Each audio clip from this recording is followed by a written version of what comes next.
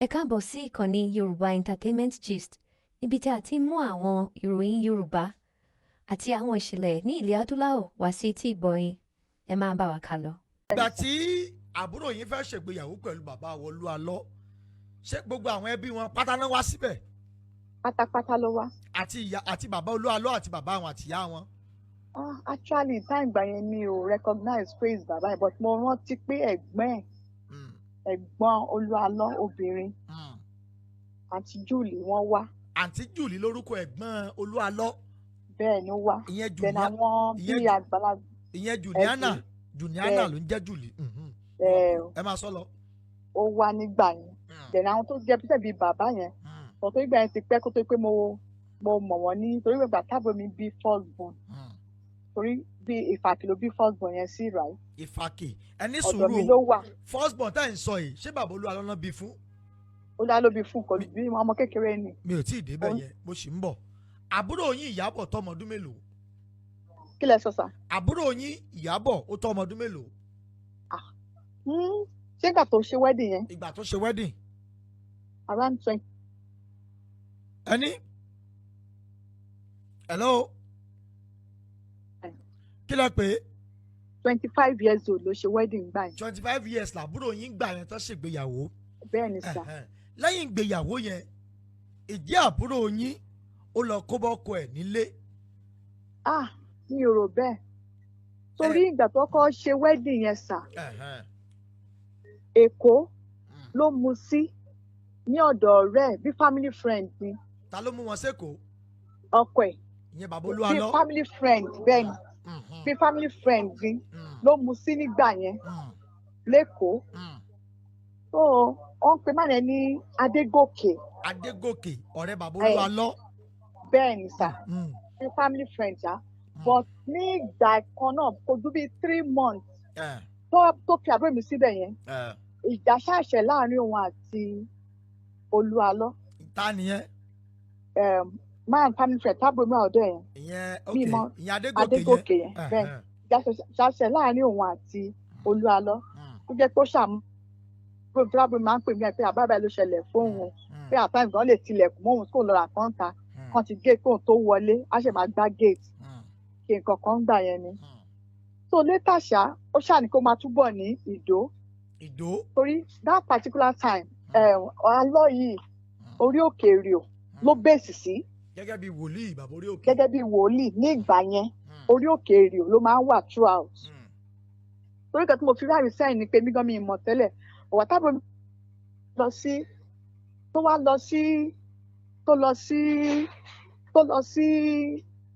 mi tó padà sí Èkìtì tó wá sí Èrìò tó wá lọ sí bóyá ọ̀dọ̀ àwọn fámìlì ọkọ ẹ̀ ló wà ní Ìdó ńgbà yẹn mi ò ṣàmọ̀ tó ṣàṣẹlẹ̀ tí bá ṣàtìrí mo rí i pé kò sí ìfọ̀kànbalẹ̀ ní ara ẹ̀ ńgbà yẹn. lára àbúrò yín yẹn.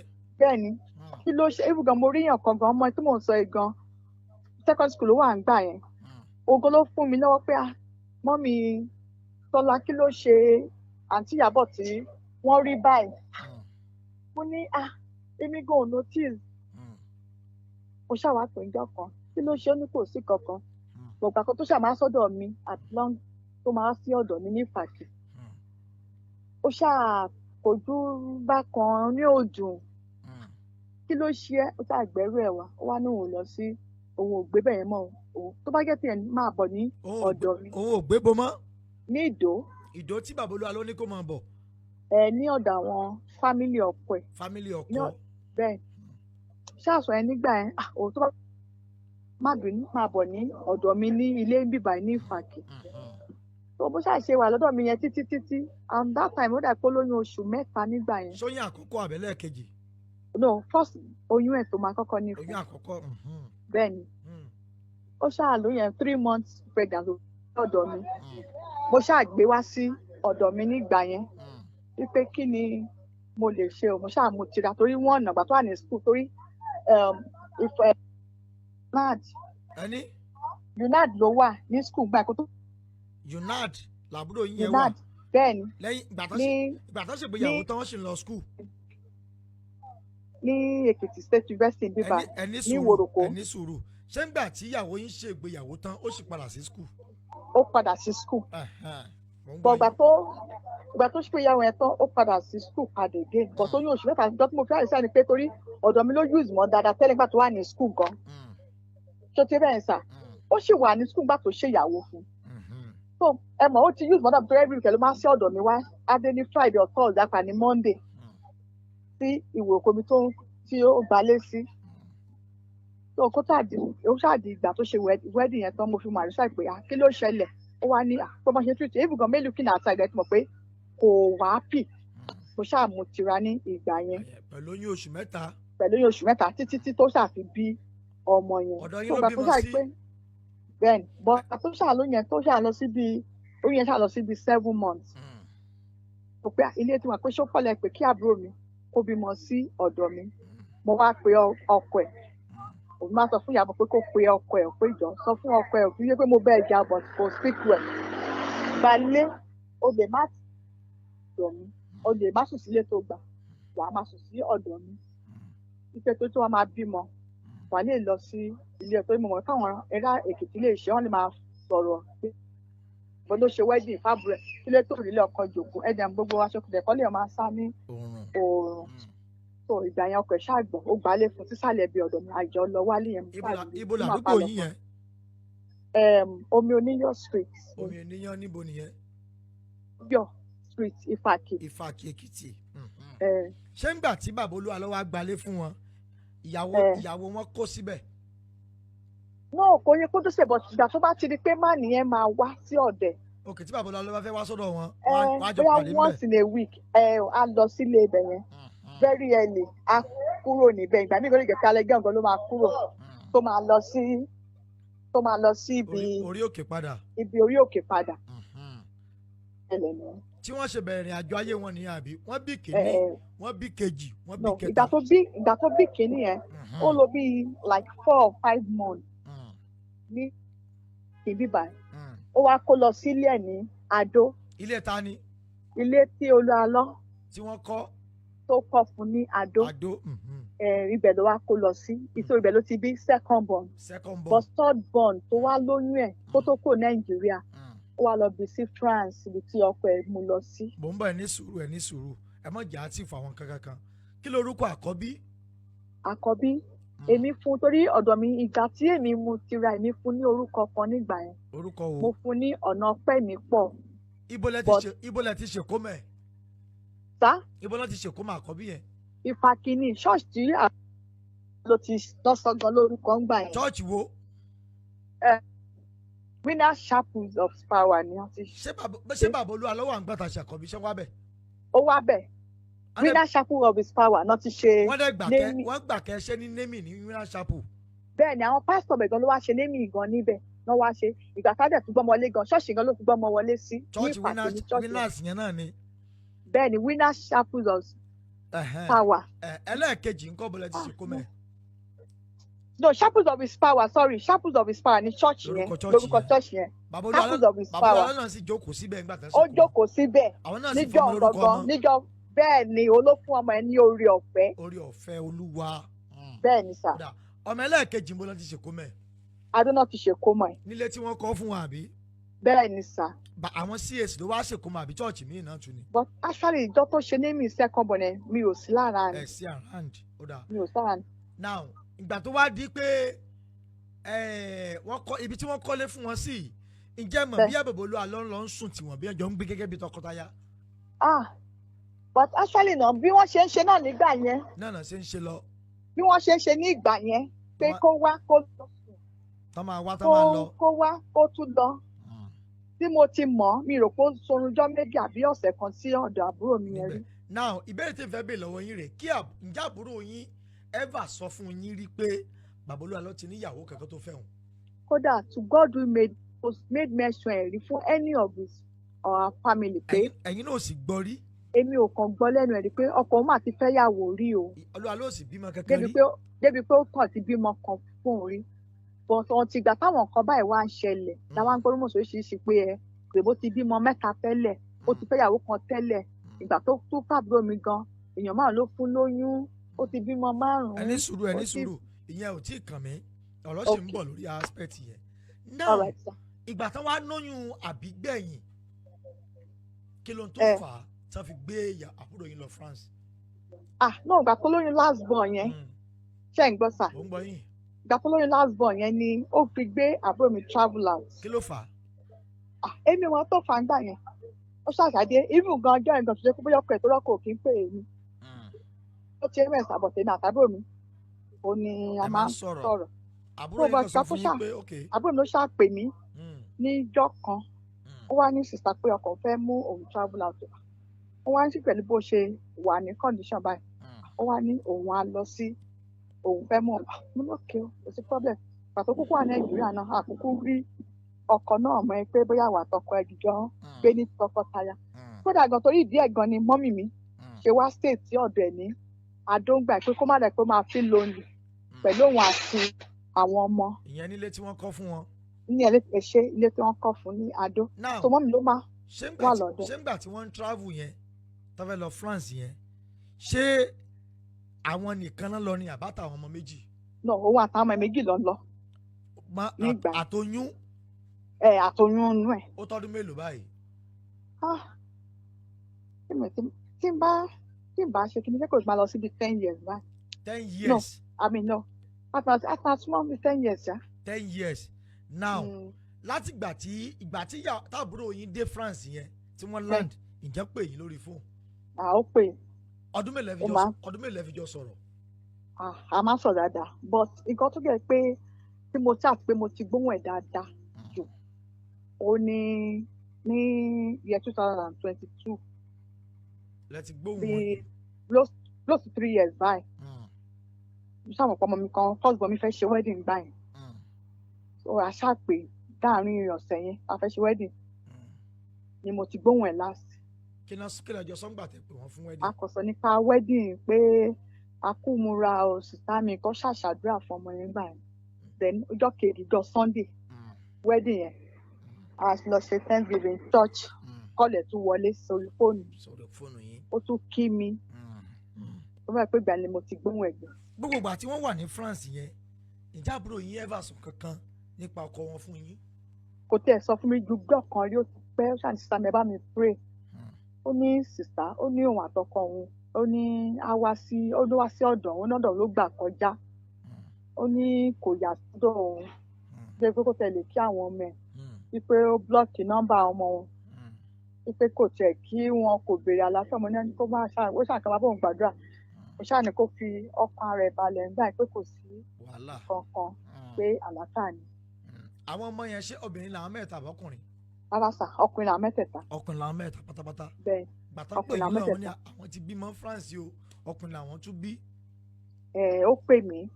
now nọ́mbà tí wọ́n fi máa ń bá yín sọ̀rọ̀ nígbà tó wà ní France yẹn ìjẹ́ yín padà pé nọ́mbà yẹn láti gbà yẹn. mo pè láti gbà yẹn. kí ló wá ṣẹlẹ̀. kò lọ́nì. kí ló ń kọ kí ló ń sọ. ẹ mọ̀ á gbé síbi voice notes. inbox. nǹkan tó máa ń ṣẹlẹ̀. nígbà tí machine bá ń bá yín sọ̀rọ̀. exactly. ṣé nọ́mbà yẹn ṣì wà lọ́wọ́ yín. ó wà lọ́wọ́ mi. ó wà lọ́wọ́ yín. ó dà kí mo ti delete ẹ̀ kúrò ó wà lọ́wọ́ mi. ó wà lọ́wọ́ yín ẹ gbọ́dọ̀ wá o. ok. ó wà lọ́wọ́ yín yẹn a ní ìdí ẹ̀. ó wà lọ́wọ́ mi. torí nọ́mbà yẹn náà ṣe pàtàkì. now láti ọdún kẹta báyìí ẹ gbúrò àbúrò yín mọ́.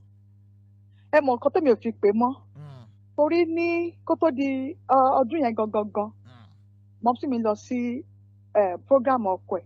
lẹ́kọ̀ọ́ àbí níbo. lẹ́kọ̀ọ́ náà ni ní Jesus City lẹ́kọ̀ọ́. so wọ́n wá dé láti ibẹ̀ ńgbà yẹn 3 days after wọ́n tí wọ́n fẹ́ lọ sí èkó náà máa ń ṣọdún. so wọ́n á lọ sọ́jà pé káà lọ rà kan ní ọjà Bísí. On the way coming back home bí màmá ẹ ṣàṣe faint nìyẹn. ìyẹn girama.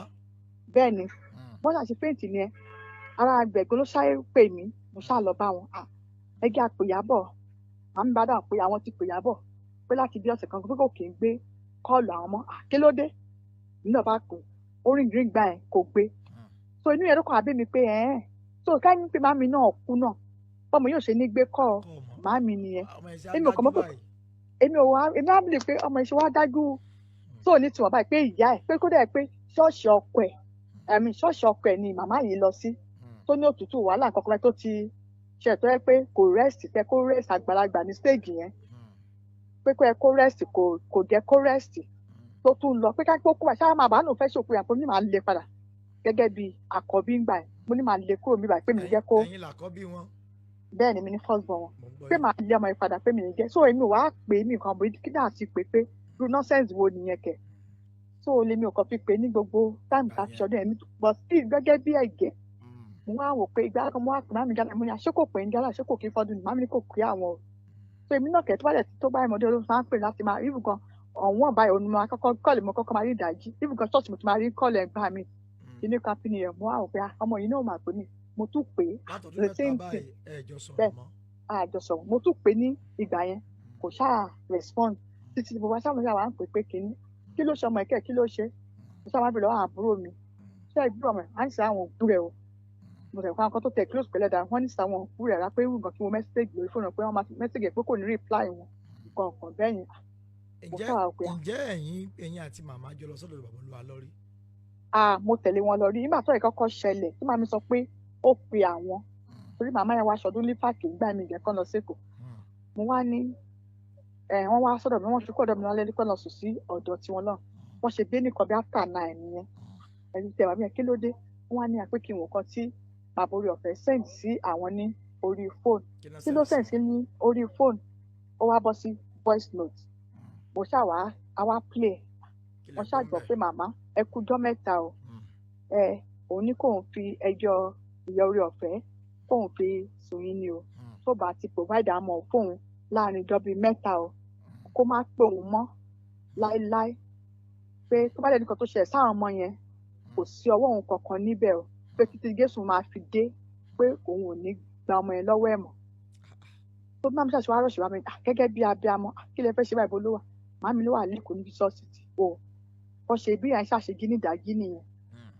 mo sọ́dọ̀ mi náà gbà wá mo ṣẹ̀sùn dé títì ìgbà yẹn wọ́n ṣàlọ́ba ní Jesus City ní John báwọn ẹ̀dẹ̀ ṣe lóun ṣe débẹ̀ ó ní bó ṣe bẹ̀rẹ̀ sí ní mi ò sí bẹ́ẹ̀ o but mo ṣàwọn kò má mi ò lè parọ́ mọ́ ó ṣàṣe ní ó ṣe bẹ̀rẹ̀ sí ń sọ̀tún òun yẹn tó bẹ̀rẹ̀ sí ń bára tó bẹ̀rẹ̀ sí ń sọ̀tún tó pariwo lé òun lórí níbẹ̀ pé kí lóun wá kóun jáde kóun máa lọ kinní kan pé kò tẹ̀ bẹ́jú wo àwọn ará wọn ní rẹ̀ bá kí wàá fi ọwọ́ tiẹ̀ ń jà tó ní kọ́ máa ń sọ̀tì àgbàlagbà báyìí pé kò ẹ̀ kórí bẹ́ẹ̀ màmí sọ pọ́ìntì kan nígbà tí ènìyàn fi lálẹ́ wọ́n ní ọwọ́ iṣu wọn ló àbí kí ló máa ń sọ Yorùbá iṣu òun ló tọ̀ iṣu wọn ló tẹ àmọ́ ní màmí ẹ má sọ bẹ́ẹ̀ èmi náà wà nílé ọkọ bẹ́ẹ̀ mi lè máa jà pẹ̀lú ọkọ mi kò sọ́kàtà tó kì í jà kó lè kò bí àwọn nísàfẹ́ lọ láti Ìfàkì wá sí Èkó irú yẹ̀yẹ́ òye kí wá nìyẹn tó lọ́kọ́ máa jẹ́ wòlíì nàbí kí ló ń pè kò ẹ̀ kó níbẹ̀ so àti gbẹ́ mo wá pè àbọ̀ pé kí n dé sọ̀rọ̀ burúkú sí wa pé kò nǹkan tí ọkọ̀ ẹ̀ sọ kó làgán gan mo tún tẹ̀sẹ̀ gan lórí fóònù pé wò kan tọ́kọ ẹ sọ sí màámi irú ànífẹ́ òṣìwò yẹn ṣòfin màámi wọ́lẹ̀ ní iwájú ọkọ ẹ̀ ní lórí fi yẹ pé yẹ̀yẹ́ tó máa ń sọ̀tẹ̀ láàrin ibi yẹn pé kò dáa o tó màámi gan sọ pé ṣọ́ọ̀ṣì gan làwọn sùn sí pé kò tẹ̀ aláwọ̀ káwọn kan kò tẹ̀ bèrè báwọn ṣe sùn báwọn ṣe jí pé inú ṣọ́ọ̀ṣì gan làwọn lọ sùn sí. ìgbà tẹ́ wá gbọ́ ọgbó eléyìí ṣe wá tẹ̀lé màmá débẹ̀ lẹ́ẹ̀kan rí. ìgbà tí màmá tó máa sọ gbogbo nǹkan bẹ́ẹ̀ fẹ́ mi torí kò ń pè mí ìyá ìyàwó ẹ̀ náà ìbùkún ìyá ìyàwó gan kò ń pè mo lè sọ kò ń pè wọ́n àfi rí mo wá ní kó ga tó múlò kò mílò jẹ́ kí ìfẹ́ lọ sí Èkó torí gbogbo time gan another year news dáhùn yẹn bí January títí di December tó tún ṣe another program kẹ́ imagine mo wá gbé rẹ̀ náà àti wọ́n ṣàjìjọ lọ torí mi ò mọ̀ bẹ́ẹ̀ àṣàjìjọ lọ sí Jesus City yẹn. ṣé wàá rí bàbá Olúwa lọ. mi ò rí mo dẹ̀ tún rí but ìgbà táwa dé Jesus City yẹn tó dé àti rí àwọn kọ̀ọ̀kan níbẹ̀ irú man kan wà bẹ́ẹ̀ ṣé pastor ṣọ́ni báyà bìtà náà ti ẹ̀ ń forúkọ ẹ̀ ó wá ní ṣọ́ọ̀ṣì náà sàdó náà bẹ́ẹ̀ ara àwọn wòlíì ẹ̀ náà ni màámi gan sọ fún mọ́tò gan pé torí bẹ́ẹ̀ ni ẹ̀gbẹ́ ẹ̀ ṣe tẹ̀lé wọn wá àdéjọ sọ wọ́n náà wọn nígbà yẹn pé okay o báyìí ni pé bí a tún gbọ́ ló ṣẹlẹ̀ àwọn náà gan wà rí ẹ̀ tó ìgbà tí mi ṣáà máa débẹ̀ mo wá rí ìkànnì ọmọ wòlíì ẹ̀ wọ́n pè ní Dèjì ara ọmọ wòlíì ẹ̀ náà ni wọ́n pè ní brother Dèjì so èmi àti ẹ̀ tiẹ̀ tó rọra dáadáa torí èmi àti mo mọ̀ ìgbà tí mo ṣáà débẹ̀ mo wá ní mo sọ pé mi ò ní jẹ́ kí n rí mo wá ní mi fẹ́ rí fún ti tèmi ni òkè pé mo fẹ́ rí fún kankan o I understand so òun gẹ́tì dẹ̀ mo ṣàwárí mo ní mo fẹ́ rí fún mi torí ó ń ṣe counseling ìgbẹ́ náà mo ti lè rí mi ò ṣàpá kò jẹ́ kí n rí aṣá ló wá pè mí á pè mí ọkọ tí wọ́n á notice bẹ́ẹ̀ ni pé ọlọ́mọ ẹ̀ka àbúrò mi ṣe léwọ̀ kò sí bí wọ́n ṣe lè kéréké nídìí àná this àti táwọn ti ẹ̀rẹ́ dín kò wò gbìyànjú pé àwọn ẹgbẹ́ ẹ̀wọ̀n pé kọ̀ọ̀kan mi rántí ìgbà tẹ́ pé ó ń fẹ́ àbúrò mi tẹ́ pé ọ̀dọ̀ mi fàkì ó kọ́kọ́ mojú kó tó mọ àwọn ará èkó torí màmí wà lẹ́kọ̀ọ́ ńgbà yẹn. ìyẹn bàbá olúwa ló àbí. bẹ́ẹ̀ni èkó èmi ìfàkì lájújọ ìfàkì ló máa wá sí táǹtà kó tó mọ màmí èmi ló kọ́kọ́ mọ̀ tó máa wò pé kátẹ̀pá ti owó tì ṣé ẹlòmíràn ẹ̀yin wọn ṣáà lánàá ara àwọn lélẹ̀ ìpínlẹ̀ kan ó yẹ kó recognize wa ibi tá a wà yàrá tá a dé sí ibẹ̀ ló máa ń gbà lọ gbà jáde gbà wọlé this particular hotel délé kan kó tẹ̀ kọlẹ̀ kó pé ẹ lóò màmá pẹ̀lẹ́ o báwo ni náìtì o ẹ̀gbọ́n ìyàwó mi kò yọjú sí mi ọ̀hún tìgbà tí mo fẹ́ máa lọ mo ṣáà pé mo ṣáà fẹ́ gòkè pé kí n lọ rí lókè ní ìgbà yẹn mi ò rí náà àwọn àlejò wà ń bẹ̀ ìgbà tó ṣàmáyá ó sọ̀kalẹ̀ ó fẹ́ máa lọ sí òun náà fẹ́ máa lọ ìlú náà ṣáà já mi àṣà ìgbésàn sí tá báwo ni kinní kan báwo lẹ́sẹ̀ àmọ́ ló wà òkè kó lẹ́sẹ̀ rí báyìí sí àmọ́ náà ní fi ṣọpẹ́ṣàn sí ni ó ní kán lọ gbé oyin fún mi ńgbà yẹn pé kí n máa fi pa nìkan ni mo gbà lọ́wọ́ wọn oníṣùtá àríra. ẹ̀yin ò sì béèrè àbúrò yín mọ́mẹ́ǹtì yẹn. ẹni ìbí àwọn èèyàn pọ̀ sọ́dọ̀ ẹ̀ òdẹ̀ wa gbọ́ bí ó ti mọ̀ nǹkan tí mo fẹ́ sọ ṣáà ní ṣùtá àríra. àtìgbà yẹn rí wọn mọ́. àtìgbà yẹn mi ò lọ torí program kan ṣe gan last year gan tí mo máa kí n tó tẹ̀lé wọn lọ mo lè mi ò lọ ibì kankan o. now ohun tí mo fẹ́ béèrè lọ́wọ́ ilé ilé báyìí awuyewuye tá à ń gbọ́ káàkiri ohun tẹ́ ń sọ tẹ́ ń fìdí ẹ̀ múlẹ̀ fún wa báyìí ni pé ẹ̀yin gẹ́gẹ́ bí ẹ̀gbọ́n Yẹ́misí tẹ́ jẹ́ àkọ́bí ilé wọn láti ọdún kẹta báyìí ẹ̀ gbúrò àbúrò yín. àgbúrò ẹ̀ sà. ǹjẹ́ ẹ ní nọ́mbà bàbá Olúwa lọ́wọ́? mo ní nọ́mbà ìdání bọ̀ kò lè gbé láéláé. ṣẹ́yìn pè wọ́n rí? èmi ò pè sí nǹkan tó fẹ́ ti pè fún bọ̀ táìgbà tọ́rọ àwọn àtàbúrò mi yẹn ń ṣẹlẹ̀ mo pè dáadáa mo dẹ̀ tún bá sọ ní WhatsApp kò gbé call. mo tún ṣe voice àtọ́ kò kàn reply mi rí. ó wá tó ọdún mẹ́ta báyìí tábánikàkà lẹ́yìn tí rí àbúrò yín tó ń jẹ́ Yẹ́misí mọ́. bẹ́ẹ̀ni. ẹ sì ń wò pé ọmọ ẹni kú ó sàn jọmọ ẹni sọ ni lọ bẹ́ẹ̀ni. pé kí bàbá Olúwa lọ kán bá yín sọ bí tí ìyàwó táàbúrò yín wà. nǹkan tó kàn tẹ̀ wá dùn mí ni bíi kò tí ì pé a month bíi 3 weeks ago báyìí wọ́n ní ó ń ṣó fọ́tò àwọn ọmọ yẹn ọmọ àbúrò mi tó dẹ̀ pé totally wrong ni ẹ sà. kì í ṣàwọn ọmọ yẹn. fọ́tò ọdún bíi 10 ló ń ṣe tó lóun kọ́ wọn ní kẹ̀kẹ́ ẹ gbọ́ ẹ bá wa sọ fún ibi kíbi tọ́mọ yẹn bá wà kó gbé kẹ̀kẹ́ kó pa kẹ̀kẹ́ tí o kó mú fọ́tò kó dúró tí ẹ̀lú ìyàwó àtàwọn ọmọ ẹ̀ báyìí kọjá fọ́tò kó pòsò pé kó afẹ́ gbóhùn àbúrò wa. ìyẹn ni pé fọ́tò ẹ̀họ́ náà rí fọ́tò yẹn o tẹ́yìn ẹni tó sọ wá ni pé ìgbà táwọn ọmọ yẹn wà Nàìjíríà. bẹ́ẹ̀ ni sà. ni ìgbà yẹn wọn àti ìbíyà àbí kẹ́yìn gan. last born gan ló wà lọ́wọ́ ìyàwó gbà bí mo ṣe rí fọ́tò yẹn. ó wà lọ́wọ́ ìyàwó lóòótọ́. last born France ló wà gbà yẹn wọn ò sí Nàìjíríà gan France ló wà. ìgbà yẹn ni fọ́tò ìgbà yẹn ni. ló ń ṣò. àkọ́bí gan ti máa tó ọmọdún mélòó báyìí? ó ti lọ síbi 14 years old báyìí. 14 years. bẹ́ẹ̀ni. fọ́tò tẹ́yìn dẹ̀ rí yẹn kì í ṣe fọ́tò gbẹ̀gbẹ̀. bẹ́ẹ̀ni sà. so I need the photo yẹn recent one báyìí kó mú ìyàwó ẹ̀ tira àtàwọn ọmọ yẹn kó bá wọn sọ̀rọ̀ ni. ohun tẹ́yìn ń sọ báyìí ni pé bàbá Olúwa lọ o a ní àfúnyín lọ́mọ mọ́ o ṣùgbọ́n ẹ fẹ́ rí àbúrò yín. bẹ́ẹ̀ni. ẹ fẹ́ lọ ara yín sọ fún àwọn Nàìjíríà. a fẹ́ rí àbúrò wa ẹjọ́ ẹ bá bẹ́ẹ̀ kó bá wa fi fọ́tò kó mú fọ́tò sẹ́gbẹ̀ẹ́ àbúrò mi gangan. ṣé fọ́tò lẹ fẹ́ rí ni àbábúrò gangan. mi ò kàn rí fọ́tò mi ò nídìí fọ́tò mi ò nídìí anything ju pé ọmọ mi àbúrò mi àtàwọn ọmọ bí mo dẹ̀ ṣe fún láàyè yẹn ní kó ní bá mi ṣe mú padà wọn láàyè àtàlàfíà. yẹn ni pé ààyè tọmọ lọ France lẹ fẹ́ rí kódà ni mo fẹ́ rí o. ẹ̀yin gan wà áfítà ọmọ tọmọ àbúrò yín bí àbúrò tí yín gangan lẹ́yìn fẹ́ fojú kàn. òun gangan mo fẹ́ fojú kàn sà. torí kì í ṣe orúkọ yín làwọn ọmọ yẹn ń jẹ́. bẹ́ẹ̀ ni àbúrò tèmi gangan mo fẹ́ fojú kàn. ìtọ́jú ẹ̀jẹ̀ yín tó jẹ́ ọmọ yín tábàyẹ pẹ́yìn náà ń dá yẹn bímọ ẹ ti bírò àbúrò yín yẹn lọ́mọ. dáadáa ibùgàn ọmọ mi tiẹ̀ ni torí ìgbà tó wà kékeré kò sí ó ju bí ọmọ ọdún 4 ló ṣe ńgbà tí bàbá mi kú kò mọ bàbá mi dàgbà bẹ́ẹ̀ ni sà kò mọ èmi gan ló máa rò bóyá mọ́mì mo sọ pé mi ń ṣe mọ́mì mo fẹ́ kó máa pè mí sísà olópè mi sísà títí di wákàtí àwọn èèyàn fi máa ń pè mí sísà. ní sìn sísà Fúnkẹ́. bẹ́ẹ̀ ni òun ló dá sista yẹn kalẹ̀ ó dà nígbà tó bá pè mí mọ́mì má ní mi ṣe mọ́mì ẹ pé mọ́mì